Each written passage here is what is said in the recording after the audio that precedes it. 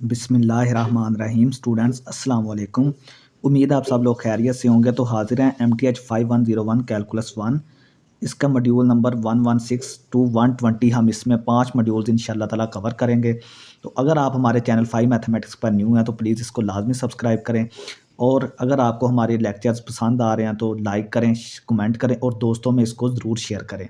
तो चलिए स्टार्ट करते हैं। सबसे पहला टॉपिक है हमारा रीमान सम्स। ठीक है, जैसे कि हमने एरिया अंडर द कर्व पहले पढ़ा था कि यानी अगर कोई फंक्शन हमें गिवन हो, दो पॉइंट्स के दरमियान वो बाउंड हो, तो हमने एरिया वो जो कर्व और एक्स एक्सिस के दरमियान जो एरिया है वो हम कैसे कैलकुलेट कर सकते हैं, हमने उसको सब इंटरवल में चेंज किया।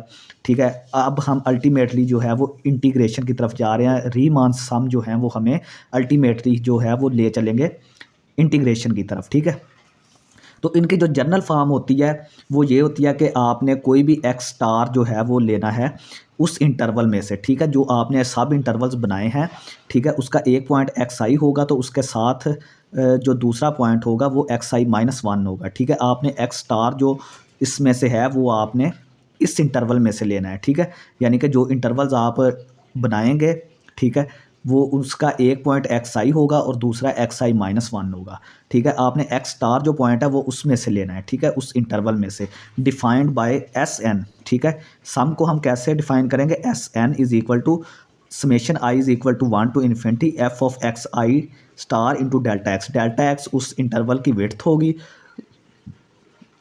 जो हमने उसको डिवाइड किया है। ठीक है, हमने उसको छोटे इंटरवल में डिवाइड कर दिया था जिसकी हर एक की विड्थ जो होगी डेल्टा एक्स होगी। अब हम इसमें स्पेशल केसेस देखते हैं कि ये जो एक्स आई है इसकी हमारे पास 3 चॉइसेस हैं।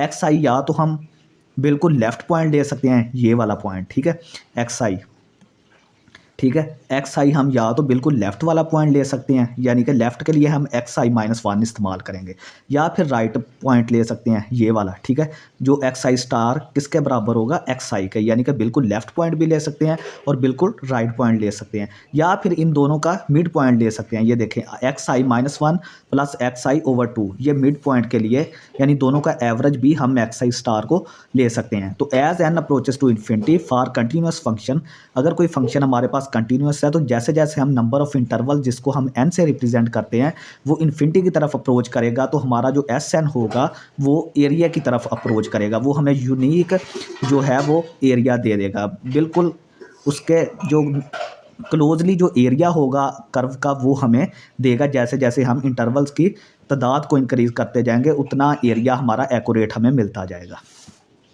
मिड पॉइंट रीमान सम। अब हम देखते हैं इसकी एक एग्जांपल जिसमें हमने mid point x i star जो था उसको हमने मिड पॉइंट लिया है। तो हमने क्या करना है? Estimate area using a mid point Riemann sum. Function हमारा 1/x है, इंटरवल हमारा 0,2 है और n की वैल्यू हमने 4 लेनी है। तो सब इंटरवल मिड पॉइंट्स, तो ये 0 से लेकर 2 तक जो इंटरवल था उसको हमने 4 सब इंटरवल्स में डिवाइड कर लिया, क्योंकि n की वैल्यू हमें 4 गिवन है, और एक्स आई स्टार जो हमने लिया है वो हर इंटरवल का हमने मिड पॉइंट लिया है। ठीक है, हर इंटरवल का हमने क्या लिया? Mid point. और जब उसकी हमने वैल्यू निकाली, ठीक है, वो कैसे आएगी हमारे पास? 9/8, 11/8, 13/8, 15/8। ठीक है, यानी कि जो पहला था वो 0 से लेकर 0.5 तक आ जाएगा, फिर 1 तक आ जाएगा, फिर 1.5 तक आ जाएगा, फिर 2 तक आ जाएगा। ठीक है, इस तरह हमने 4 इंटरवल्स बनाए, फिर हर इंटरवल का हमने मिड पॉइंट लिया। ठीक है, ये पहले इंटरवल का मिड पॉइंट, ये दूसरे का मिड पॉइंट, ये तीसरे का मिड पॉइंट और ये चौथे का।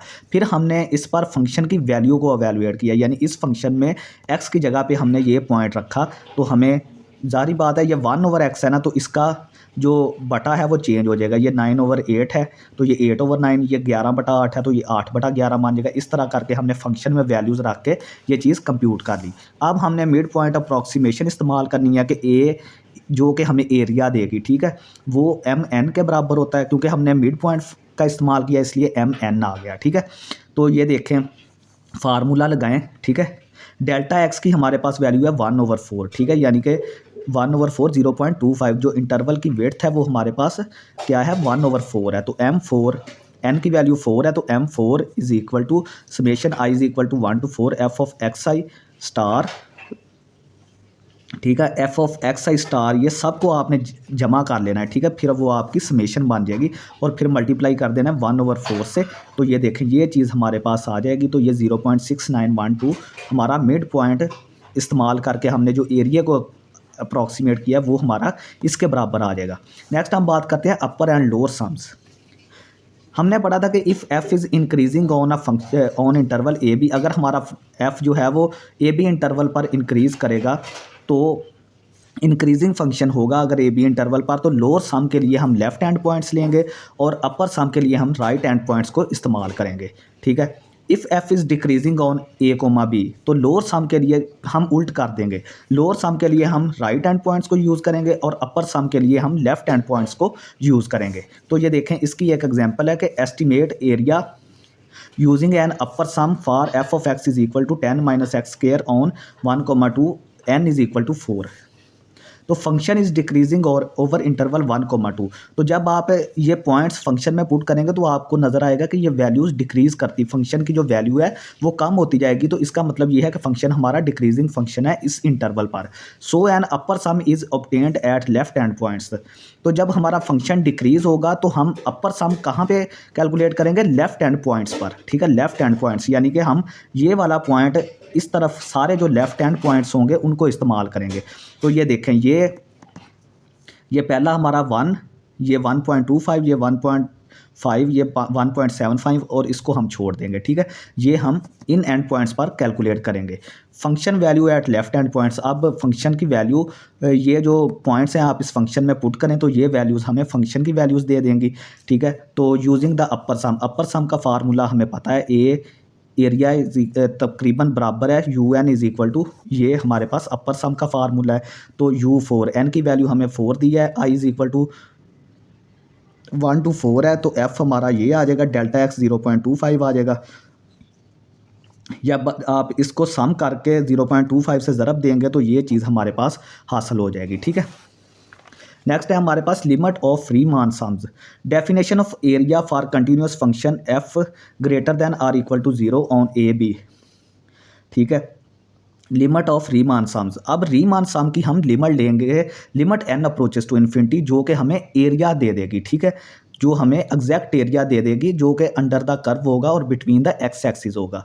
डेफिनेशन ऑफ एरिया, ठीक है, फॉर कंटिन्यूस फंक्शन, और एरिया की जो डेफिनेशन होगी f greater than or equal to 0 on a comma b closed interval. Area हमारा किसके बराबर होगा कि अगर हम रीमान सम की लिमिट, तो इसका मतलब मैं आपको इजी वर्डिंग में समझा देता हूँ कि जो रीमान सम था, रीमान सम हमारा इतना था। ठीक है, जो हम पीछे पढ़ के आए ये हमारा रीमान सम था। तो अगर हम इसमें जो n है वो n अप्रोचेस टू इन्फिनिटी, यानी कि जो इंटरवल्स हैं या जो हमने बिल्कुल जो हमने रेक्टेंगल्स ली थी उनको हम इन्फिनिटी को अप्रोच करवा दें, यानी बहुत सारी जो हमारी रेक्टेंगल्स हैं या हमारे जो इंटरवल्स हैं उनकी तादाद हम इन्फिनिटी को अप्रोच करवा दें, तो हमें ये जो लिमिट है इफ़ इट एग्जिस्ट, ये अगर लिमिट एग्जिस्ट करेगी तो हमें ये एग्जैक्ट एरिया दे देगी अंडर द कर्व।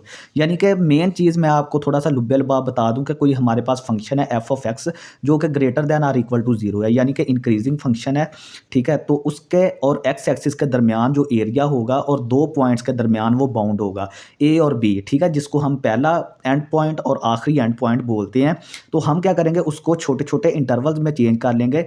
ठीक है, छोटी छोटी रेक्टेंगल्स में उसको डिवाइड कर लेंगे। तो जितनी ज़्यादा रेक्टेंगल्स को हम इस्तेमाल करेंगे उतना ज़्यादा हमें एक्यूरेट एरिया मिलता जाएगा। तो जैसे हम n की जो वैल्यू है वो इन्फिनिटी को अप्रोच करवा देंगे, नंबर ऑफ़ इंटरवल्स को अप्रोच करवा देंगे, तो नंबर ऑफ़ जो रेक्टेंगल्स है वो इन्फिनिटी को अप्रोच करवा देंगे, तो हमें बहुत ही बेस्ट एक्यूरेट हमें एरिया मिल जाएगा। ठीक है, तो ये लिमिट होगी रीमान सम की, क्योंकि हमने इस पर लिमिट का जो कॉन्सेप्ट है वो अप्लाई कर दिया है। ठीक है स्टूडेंट्स, तो यही चीज़ जो है हमें एग्जैक्ट एरिया देगी और यही चीज़ हमें डेफिनेट इंटेग्रल की तरफ ले जाएगी, क्योंकि देखेंगे हमने इसकी लिमिट जो है वो ए से लेकर बी तक ले लिया, यानी कि जो वो कर्व थी वो बाउंड थी किस पॉइंट्स के दरमियान, ए और बी पॉइंट के दरमियान वो कर्व बाउंड थी। तो हमने उसको लोअर लिमिट ए बोल दिया और अपर लिमिट उसकी बी हमने बना दी। तो ये जब मैंने आपको बताया था कि जब इंटेग्रल के ऊपर और नीचे लिमिट्स आ जाएंगी तो वो हमारे पास डेफिनेट इंटेग्रल होगा। ठीक है, इनडेफिनेट इंटेग्रल में लिमिट्स नहीं होती।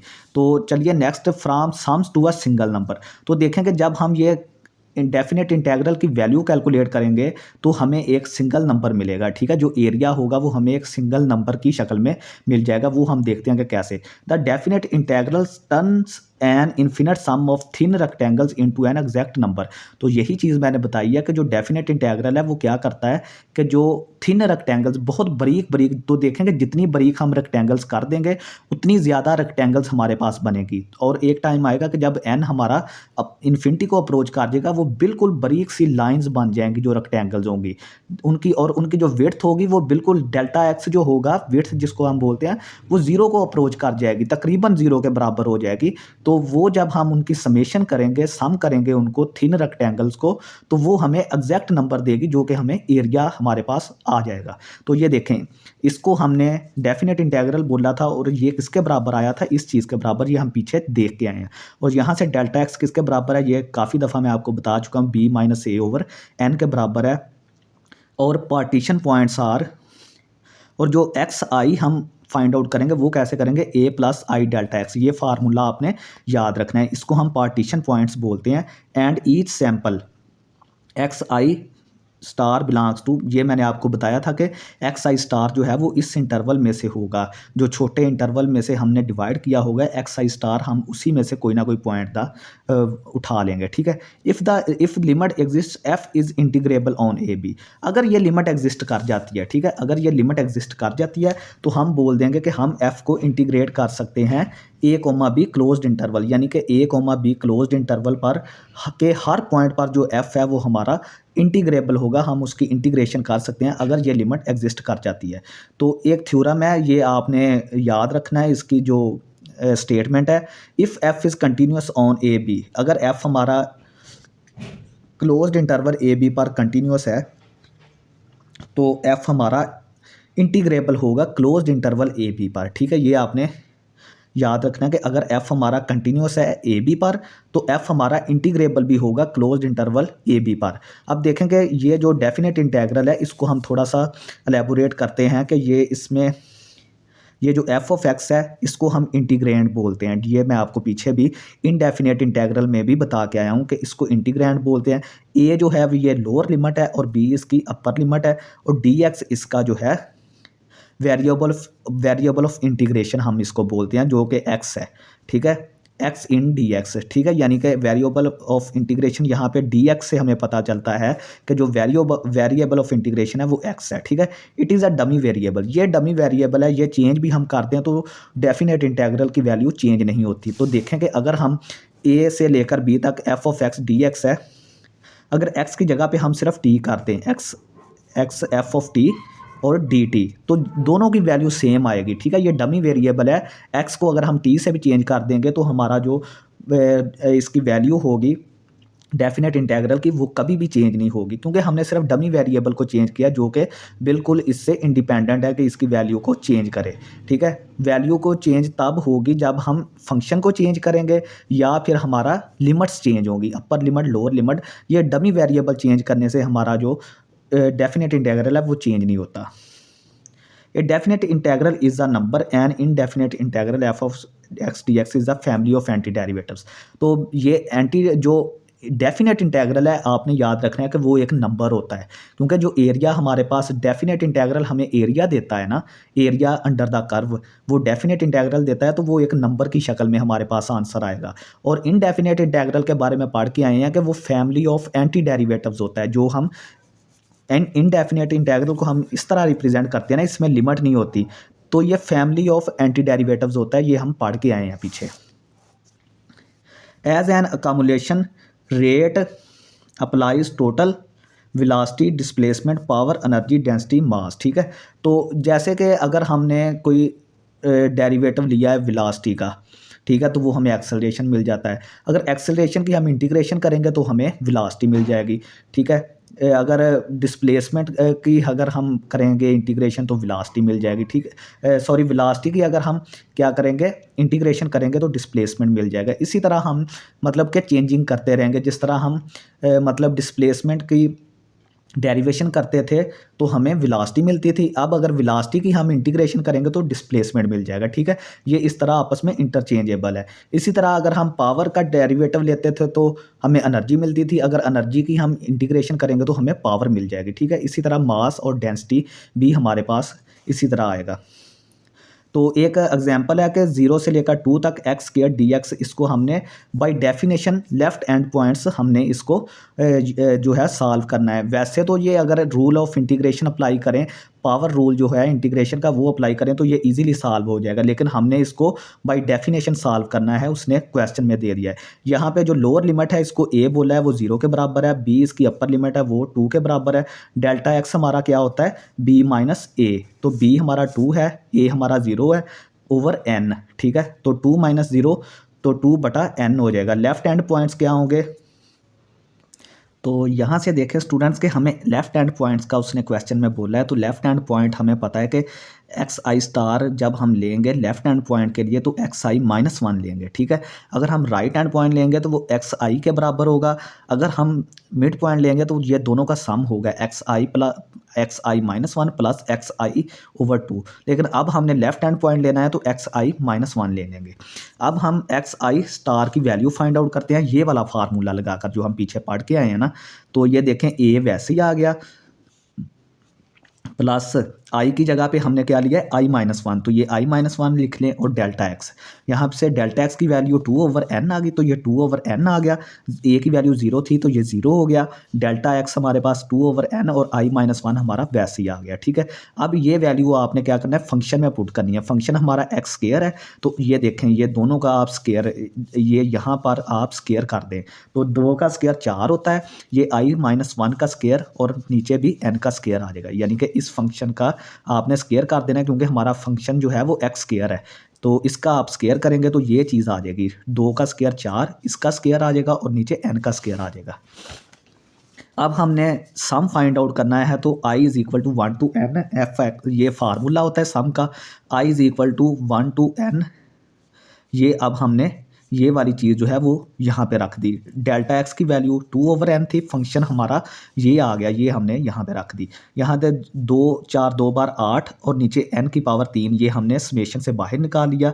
अंदर हमारे पास बच गया आई माइनस 1 का स्क्वायर। अब आई माइनस 1 का स्क्वायर फार्मूला लगाएं, i square minus 2i plus 1, a square जमा बी स्क्वायर जमा 2ab वाला, ठीक है। तो S n is equal to 8n over 3, ये बाहर रह गया। समेशन अब सब पे अप्लाई होगा, आई स्क्वायर पे भी होगा, माइनस 2i पे भी होगा, प्लस 1 पे भी होगा। तो 2 जो है वो कांस्टेंट है, वो समेशन से बाहर आ जाएगा।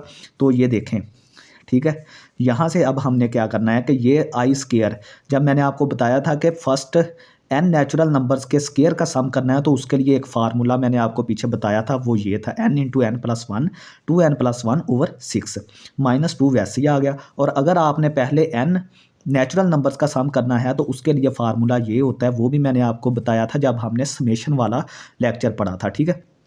प्लस ये 1 है, 1 कांस्टेंट है, तो मैंने बोला था जब कांस्टेंट हो तो आपने ऊपर वाली लिमिट से इसको मल्टीप्लाई कर देना है, तो n इंटू 1 n ही आ गया। तो यहाँ से आप इसका क्या करें, एलसीएम ले लें और थोड़ा सा सिंप्लीफाई करें तो ये चीज़ हमारे पास आ जाएगी, ठीक है। ये अंदर आपने एलसीएम लेके थोड़ा सा इसको सिंप्लीफाई करना है तो ये चीज़ आ जाएगी। अब S n is equal to, ये जो है यहाँ से आप क्या करेंगे कि सबको अलग-अलग कर देंगे। ये देखें 8 over 8 n square over 3 n square, तो एन स्क्वायर से कट गया तो 8 ओवर 3 आ गया, माइनस यहाँ से 12 over n over 3 n square ये आ गया, ठीक है। एक एन से कट गया, ठीक है, प्लस 4 ओवर 3 एन स्क्वायर आ गया। अब आपने limit n approaches to infinity S n, ठीक है, यानी कि लिमिट लगा देनी है। तो जब यहाँ पे नीचे इन्फिनिटी लगेगा, यहाँ पे इन्फिनिटी लगेगा, तो ये सारी चीज़ 0, ये सारी चीज़ 0, क्योंकि नीचे इन्फिनिटी आ गया तो आंसर हमारा 8 ओवर 3 ही आएगा, ठीक है। अगर आप इसको दूसरे तरीके से सॉल्व करके देखेंगे by power rule of integration, तो भी आपका आंसर यही आएगा। आपने क्या करना है, बाय पावर रूल लगाना है, ठीक है। तो उसके बाद आपने लोअर लिमिट, उसके बाद आपने पहले अपर लिमिट फिर लोअर लिमिट लगाकर उसको हल करेंगे तो हमारा आंसर 8/3 ही हमें मिलेगा। नेक्स्ट उसने बोला कि अगर हमारे पास if the graph over A B, अगर जो हमारा इंटरवल है उसमें जो ग्राफ दिया गया है वो कोई फेमिलियर शेप है जिसको हम जानते हैं, जैसे कि कोई सर्कल हो गया, कोई रेक्टेंगल हो गई, कोई ट्रेपेजॉइड हो गई, कोई सेमी सर्कल हो गया, ट्राइएंगल हो गई, तो उसका हम एरिया जो है वो डायरेक्टली कंप्यूट कर लेंगे। तो देखेंगे इसमें कौन कौन सी शेप्स हमें मिल सकती हैं जिनको हम अच्छी तरह जानते हैं। उनमें रेक्टेंगल है, रेक्टेंगल का एरिया हमें पता है कि लेंथ इंटू विड्थ होता है, ठीक है, लंबाई ज़रबे चौड़ाई। ट्राइएंगल का एरिया होता है 1/2 बेस इंटू हाइट। और ट्रेपेजॉइड कौन सी शेप होती है, इसकी दो साइड जो होती हैं वो पैरेलल होती हैं लेकिन वो आपस में बराबर नहीं होती हैं, आपने याद रखना है। इसका एरिया होता है 1/2 ए प्लस बी, यानी कि जो पैरेलल साइड है उनका सम इंटू हाइट, ठीक है, एच हाइट। सेमी सर्कल का एरिया होता है 1/2 पाई आर स्क्वायर के बराबर, ठीक है। तो इसकी एक एग्जांपल देखते हैं। ये देखें हमारे पास एक इंटेग्रल है, डेफिनेट इंटेग्रल -3 से लेकर 3 तक, और जो इंटीग्रैंड है इसका यानी कि फंक्शन है वो 9 - x² whole square root dx। तो the curve y is equal to 9 - x² square root is the semi circle of radius r is equal to 3। तो अगर आप गौर करें तो ये जो हमारे पास कर्व दी गई है, इक्वेशन दी गई है, ये एक सेमी सर्कल की इक्वेशन है जिसका रेडियस 3 के बराबर है और इसका जो सेंटर है वो ओरिजिन पर है, ठीक है, अबव एक्स एक्सिस, और एक्स एक्सिस से ये ऊपर है, ये देखें, ठीक है। ये हमारे पास एक सेमी सर्कल, आधा सर्कल जिसको बोलते हैं, वो हमारे पास बन गया है, ठीक है। एरिया ऑफ फुल सर्कल हमें पता है कि पाई आर स्क्वायर होता है। इसमें आप आर की वैल्यू 3, ठीक है, आर की वैल्यू 3 उसने बताया ना, ये देखें यहाँ से लेकर यहाँ तक 3 है, इसका रेडियस 3 है, तो आर हमारा 3 है, तो 9 पाई बन जाएगा यहाँ से, ठीक है। तो सेमी सर्कल का एरिया क्या हो गया, 1/2 9 पाई, ठीक है, यानी कि पाई आर स्क्वायर की जगह पे हमने क्या लिया, 9 पाई ले लिया, तो 1/2 9 पाई है, 9 पाई/2 आ गया। तो इसका मतलब ये है कि अगर आप इस इंटेग्रल को सॉल्व करेंगे दूसरे तरीके से तो ये हमें ये एरिया देगा जो कि सेमी सर्कल का एरिया होगा, सिंस इंटरवल इज -3 और 3 कवर सेमी सर्कल, ठीक है। ये जो इंटरवल 3 से लेकर -3 तक जो है वो एक सेमी सर्कल को कवर करेगा, ठीक है। हमें जो इंटरवल मिलेगा वो सेमी सर्कल इस इंटरवल पे मिल जाएगा, ठीक है। बस आपने थोड़ा सा इक्वेशन को पहचानना है, ठीक है, क्योंकि जनरल इक्वेशन हमारे पास होती है x² minus plus y² is equal to r²। ये हमारे पास सर्कल की जनरल इक्वेशन होती है, ठीक है। तो यहाँ से अगर आप x² को उस तरफ ले जाएं, ठीक है, तो ये हमारे पास हो जाएगा, ये देखें, ये हो जाएगा r की वैल्यू हमें यहाँ से पता चली, क्योंकि ये इसको हम लिख सकते हैं ना 3 का square minus x² is equal to y², ठीक है। तो इसको हम इस तरह इक्वेशन को लिख सकते हैं, ठीक है। तो इसको जब हम इस तरह लिख सकते हैं तो जब y की वैल्यू निकालेंगे तो ये y हमारा आ जाएगा 3 का स्क्वायर माइनस x का स्क्वायर। तो ये देखें, ये हमारा ये सर्कल की इक्वेशन आ जाएगी, और इस सर्कल का जो सेंटर होता है ना वो रेडियस पर यहाँ पर होता है, ठीक है, ओरिजिन पर होता है, ठीक है। तो चलिए आगे स्टार्ट करते हैं। आगे नेक्स्ट हमारे पास जो एग्जांपल है वो है इंटेग्रल 2 से लेकर 4 तक 2x + 3 dx। The area between curve y is equal to 2x + 3। अगर हम इस कर्व का ग्राफ बनाएंगे तो ये हमारे पास एक ट्रेपेजॉइड बनेगी, ठीक है, इस तरह की, जिसका ए साइड 7 होगा, बी साइड 11 होगा और हाइट इसकी 2 होगी, ठीक है। तो देखेंगे पैरेलल लेंथ यानी कि ए हमारा क्या होगा 2, ए हमारा होगा 7, बी हमारा 11 होगा, ठीक है। ये मैंने आपको बता दिया है। इसकी इस साइड की हाइट जो है या लेंथ 7 होगी जिसको हमने ए बोला है, बी की 11 होगी, ठीक है। ये देखें, ये 7 तक जा रही और ये 11 तक जा रही है, ठीक है, ये वाली।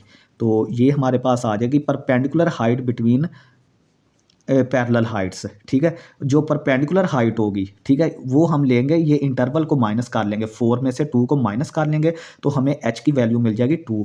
तो फार्मूला लगाएं, a is equal to 1/2 a plus B, h is equal to 1/2 7 + 11 into h की वैल्यू 2, ये 18 आ जाएगा, ठीक है। तो नेक्स्ट हम बात करते हैं, एक इंटेग्रल है हमारे पास -2 से लेकर 3 तक, mod value of x - 1 into dx। तो ये देखें, splitting the absolute at x is equal to 1। तो हमने क्या किया कि हमने एक पॉइंट लिया इस इंटरवल में, जो इंटरवल हमें गिवन था उस इंटरवल में हमने एक पॉइंट 1 ले लिया, तो हम उस पे जो इंटेग्रल है उसको स्प्लिट कर लेंगे। ये देखें, अब इसकी थोड़ी सी आप पिक्चर देख लें कि एक फिगर हमारे पास 1 से लेकर 3 तक बन रही है। ये देखें, ये एक ट्राइएंगल है ये, ठीक है, इसका एरिया A2 है, और एक ट्राइएंगल ये बन रही है, इसका एरिया A1 है, ठीक है। तो हम क्या करेंगे, इस जो इंटेग्रल है ना इसको स्प्लिट कर लेंगे, इसके दरमियान में एक पॉइंट 1 ले लेंगे। -2 और 3 के दरमियान हमारा इंटेग्रल था, तो इसके दरमियान हमने एक पॉइंट 1 ले लिया, x इज इक्वल टू 1। तो पहला इंटेग्रल हमने -2 से लेकर 1 तक, और उसके साथ हमने -x माइनस dx ले लिया, ठीक है। क्योंकि ये देखें कि ये हमारा एक्स एक्सिस से लेफ्ट की तरफ है, तो लेफ्ट की तरफ होगा तो एक्स एक्सिस वहाँ पे नेगेटिव होगा, तो इसलिए ये माइनस साइन आ गया। A2 हमने ले लिया 1 से लेकर, यानी कि यहाँ से लेकर यहाँ तक, 1 से लेकर 3 तक, और ये पॉजिटिव होगा क्योंकि ये इसके राइट साइड पर है, तो x माइनस 1 dx आ गया। On -2, 1 area between curve y is equal to 1 minus x, and तो वही बात मैंने बताई है कि ये इस इंटरवल -2 और 1 में जो ट्राइंगल बन रही है उसकी बेस 3 है और हाइट उसकी 3 है, ठीक है। बेस और हाइट 3 है, तो इसका एरिया A1 हमने, इस ट्राइंगल का एरिया हमने A1 बोला है, तो A1 की वैल्यू आ जाएगी 1/2 बेस इंटू हाइट, 3 इंटू 3 9/2 आ जाएगी। अब दूसरी ट्राइंगल को देखते हैं जो 1 से लेकर 3 तक है, तो इसका जो एरिया है वो हमारे पास, इसकी बेस हमारे पास 2 आ जाएगी, 3 माइनस 1 2 आ जाएगी, और हाइट इसकी ये 2 तक जा रही है, तो ये हाइट इसकी 2 आ जाएगी। तो ये देखें एरिया 2 बराबर आ जाएगा 1/2 इंटू 2 इज इक्वल टू 2 आ जाएगा। तो टोटल एरिया दोनों को सम कर दें तो ये 13/2 आ जाएगा। अब हम बात करते हैं net signed area. Definite integral records positive area above x axis and negative area below. इसका ये मतलब है कि जो फंक्शन का ग्राफ एक्स एक्सिस से ऊपर होगा उसके लिए definite integral positive area record करेगा, और जो नीचे होगा उसके लिए नेगेटिव एरिया रिकॉर्ड करेगा। तो ये देख लें, ठीक है। ये हमारा ग्राफ, अगर हमारा ग्राफ इस तरह है, ये वाला, ठीक है, इस तरह करके, ठीक है, तो ये देखें ये एरिया जो है इतना हमारा एक्स एक्सिस से ऊपर है, इसको एरिया अबव बोलेंगे, और ये वाला एरिया बिलो है, ये एक्स एक्सिस से नीचे है। तो हम क्या करेंगे, इसके साथ माइनस साइन लगा देंगे, जो नीचे वाला एरिया है उसके साथ माइनस साइन लग जाएगा, और ऊपर वाला पॉजिटिव रहेगा। तो इसका मतलब ये हुआ कि integral of A to B f of x D x किसके बराबर होगा, area above minus area below. इसको हम बोलते हैं नेट साइंड एरिया।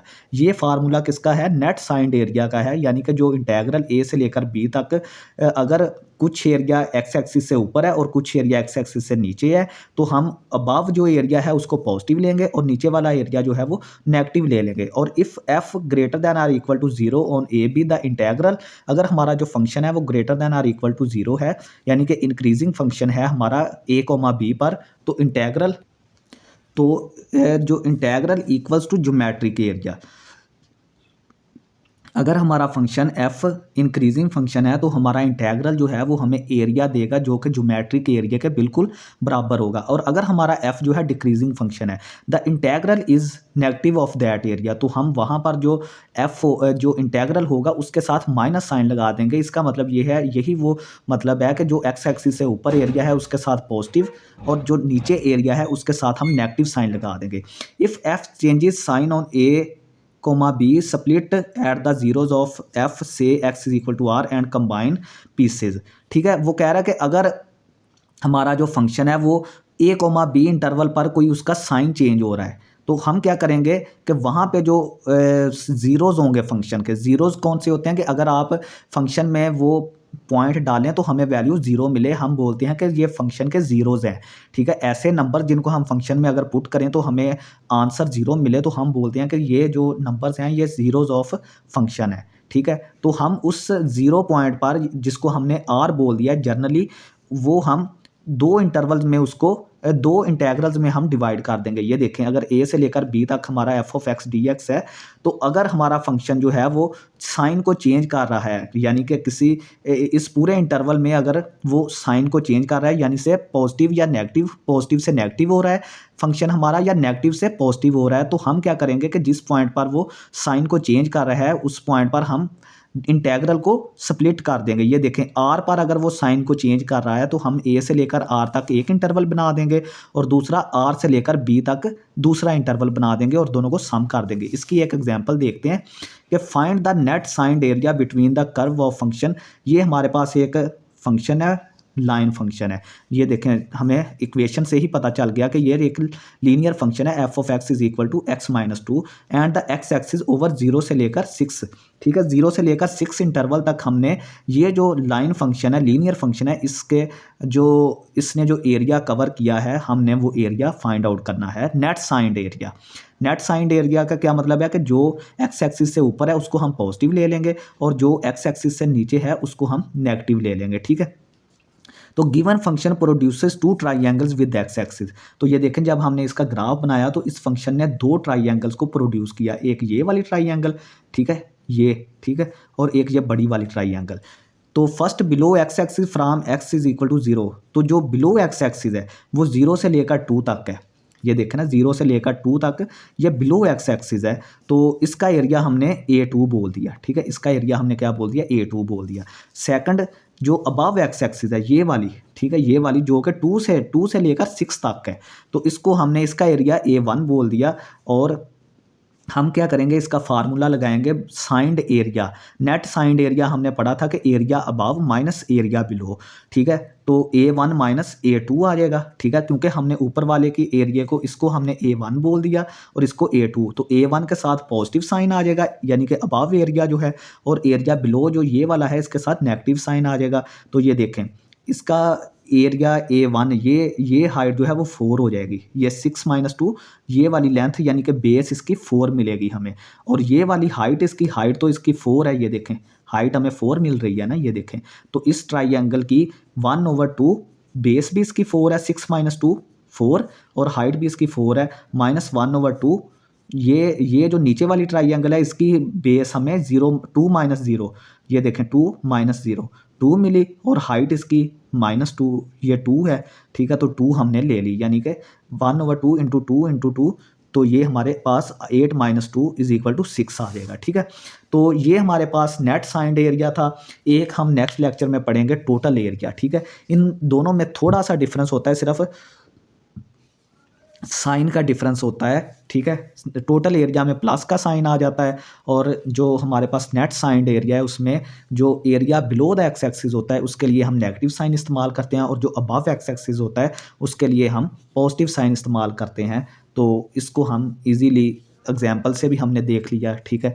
तो ये थोड़े से थ्योरेटिकल चीज़ें हैं, तो इससे आपने परेशान नहीं होना, थोड़ा सा समझने की इसको कोशिश करें।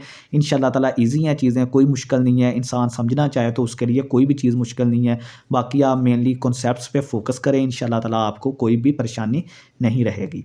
तो ये था स्टूडेंट्स हमारा आज का लेक्चर, उम्मीद है आप सबको पसंद आया होगा। और अगर आप हमारे चैनल 5 मैथमेटिक्स पर न्यू हैं तो प्लीज़ इसको लाजमी सब्सक्राइब करें, और वीडियो अच्छी लगे तो दोस्तों में ज़रूर शेयर करें। बहुत शुक्रिया स्टूडेंट्स, अल्लाह हाफिज़।